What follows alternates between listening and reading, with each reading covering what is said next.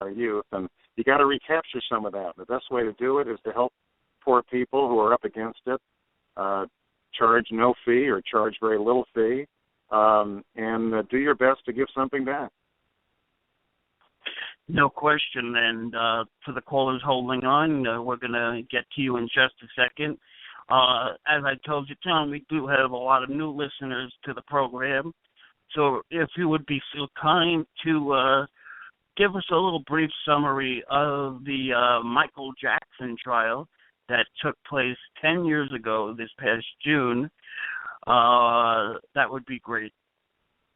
Well, it's hard to give a quick summary, that's for sure. But that wasn't quick.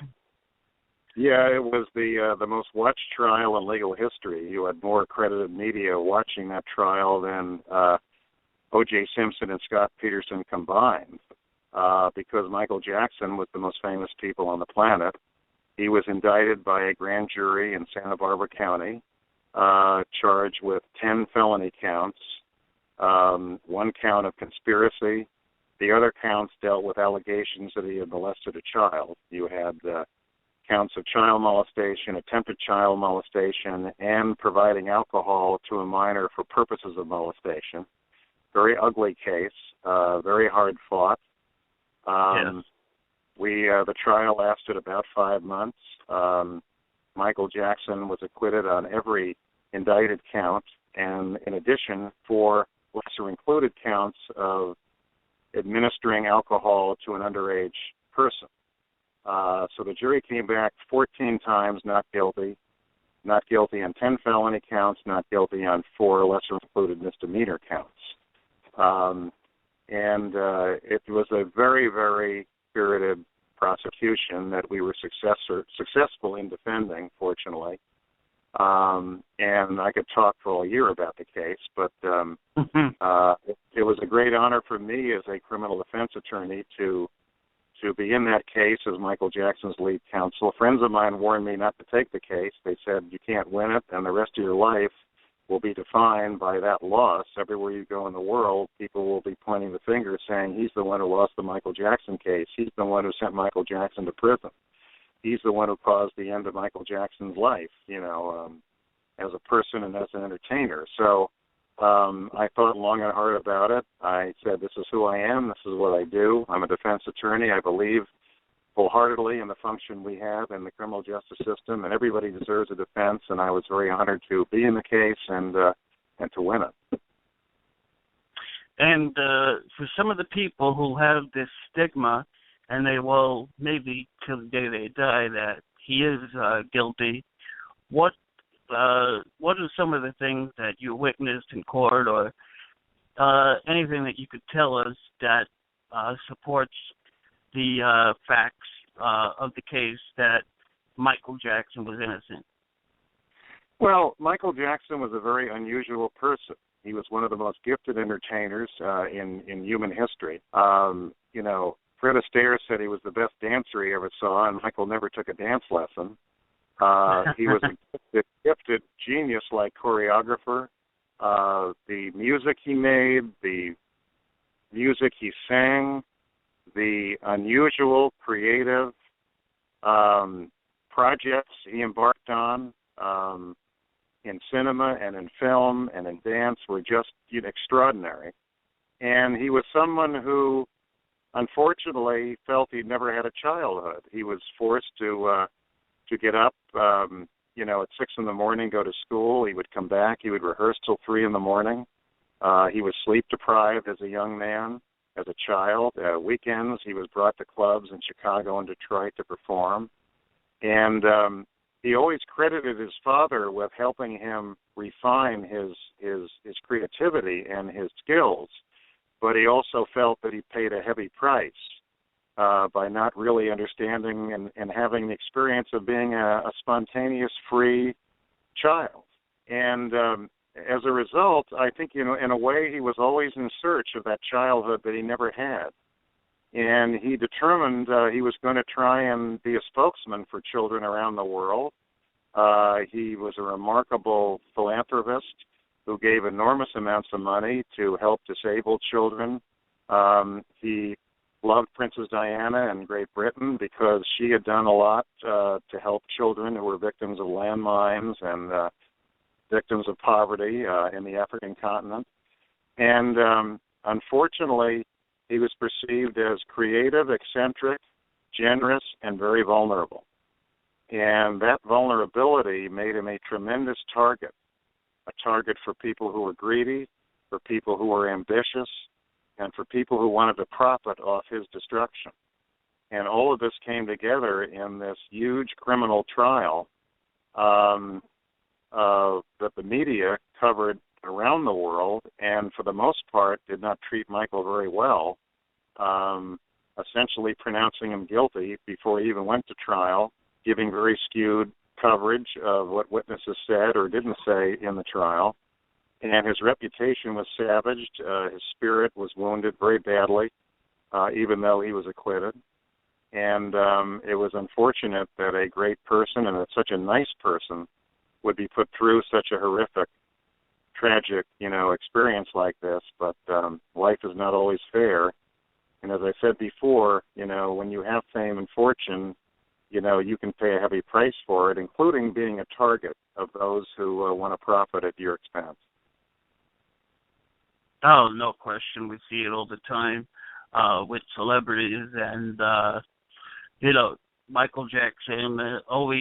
People always seem to have their hand out for something, and it never seemed that he was happy. And especially the years preceding his acquittal in 2005, he didn't seem like he just seemed a little hurt and beaten, if you know what I mean. No, I think he was physically and emotionally battered by that experience. I mean, I just remember verdict day. Just his cheeks were sunken in. He looked like he hadn't slept. He could hardly talk. He just had lost a lot of weight. And there was fear written all over his face because he was, the media had already pronounced him guilty. The media was expecting a conviction. I was telling someone today that when I entered that courtroom on verdict day and sat at counsel table, I looked around the courtroom, and you would think that all these media people were in a celebration because they all had these smiles and they just were radiating excitement. They were going to watch, the biggest megastar on the planet, get it and hauled off to jail. And they were just thinking this was going to be a tremendous story, and they were all so excited. And after the 14th not guilty verdict, the last one, I hugged Michael, and in the process of hugging him, I looked at the courtroom. And all of these media people who had looked so thrilled, so excited to be there before it, all looked dejected. I saw Greta Van Susteren walking out of the courtroom with just a look on her face like, oh no, all the really, all the excitement they expected to have, seeing him fall so completely, was denied them, and everyone looked disappointed, upset. The sense was, now what do we do? He was acquitted. It was very, very disgusting for me. It took me a long time to get over that media avalanche of negative press and negative expectation that they brought to that case. It was really, really bad. Yeah, it seemed on a nightly basis Nancy Grace would play a slot machine and just have stupid games while there's a serious case going on, and I thought that was totally out of line and out of bounds. Someone in the media explained to me they thought it was like torturing a wounded animal. That's the way they described watching that whole process. And it was very, very unnerving, very disconcerting, and should not have happened. Terrible, terrible tragedy. Okay, talk to Tom Mesereau now, 347-857-2950. You could talk about anything we spoke about. Let's go out to Virginia. 707 is the area code. Please state your name and this is Mary. Is that you, Mary? Hi, do you mean me? Am I on the air? Yes, you're on the air. What's your name? Hi, my name is Lisa Dawn. That's my first name. Hello, Lisa. Thomas, and hello, Jordan. Yes, Lisa Dawn is my first name. Hi, I have a question for you, Thomas, but first I would love to tell you that I was one of those children who Michael Jackson helped tremendously. I am now 42 years old, but in April of 1987 I was 14, and when I had my 9th brain surgery and my 9th abdominal surgery for my hydrocephalus and neurofibromatosis, which usually cause either death or severe developmental disability plus severe joint deformities and tumors all over the body. And well, Michael Jackson wrote to me in 1987 in April when I just turned 14. And when I got better, he invited my mother and me to his concert, which was Bad Concert, January 18th, 1989 at the Los Angeles Sports Arena.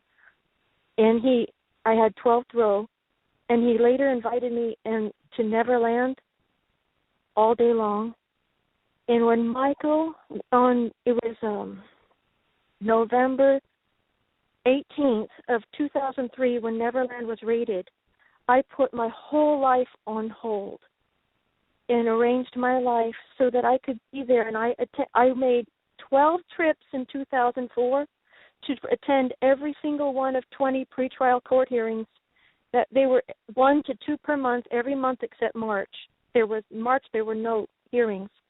I attended every single one of 20 pretrial court hearings in 2004, and I made 3 long stay trips in 2005 to attend the trial to show prosecution that citizens who are somewhat knowledgeable of law, procedure, standard legal procedure, and not just throw another innocent person, Michael, into prison, and to show support to Michael.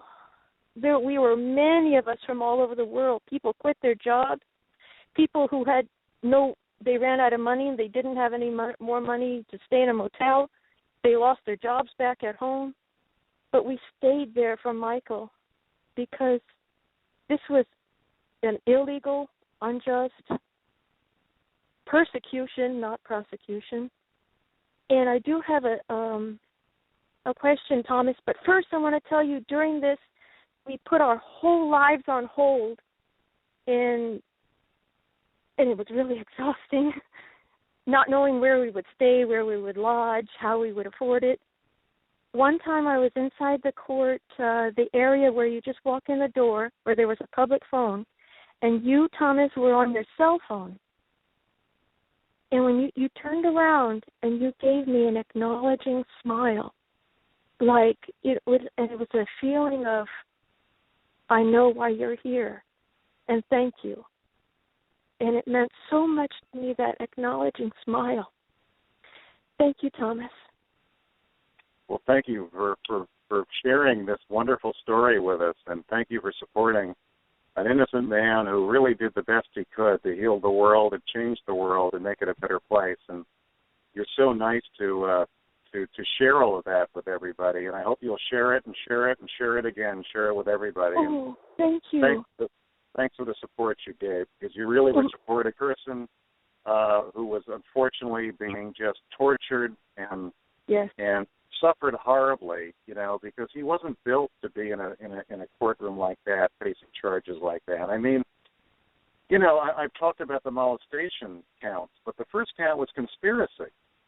And they said that Michael Jackson had masterminded a criminal conspiracy to abduct children, falsely imprison a family, and commit extortion, like he was some mob figure.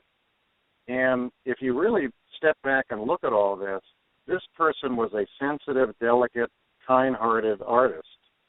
And to put him through that situation, which he really wasn't built for emotionally or physically, or any which way, was just a travesty of justice. And you saw it for what it was. And thank you for your wonderful commitment and support to justice and to the legacy of Michael Jackson. And I hope you'll keep telling your story, because it's a wonderful story.